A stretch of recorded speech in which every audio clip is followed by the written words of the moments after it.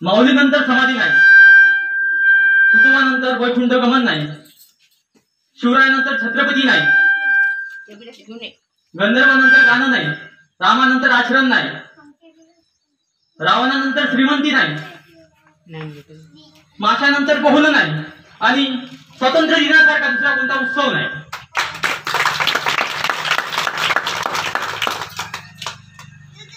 आज 15 ऑगस्ट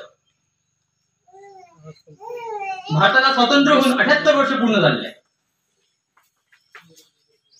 हे जे आपल्याला स्वातंत्र्य मिळालं हे की सहजासहजी मिळालं नाही. त्यासाठी असे अनेक क्रांतिवीरांनी आपल्या जीवाचं बलिदान दिलं.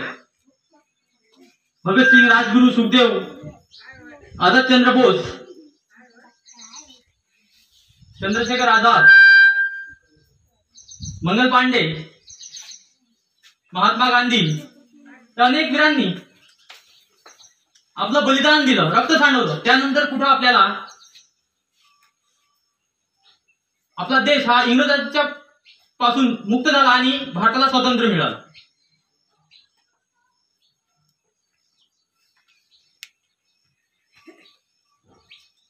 बोलला का?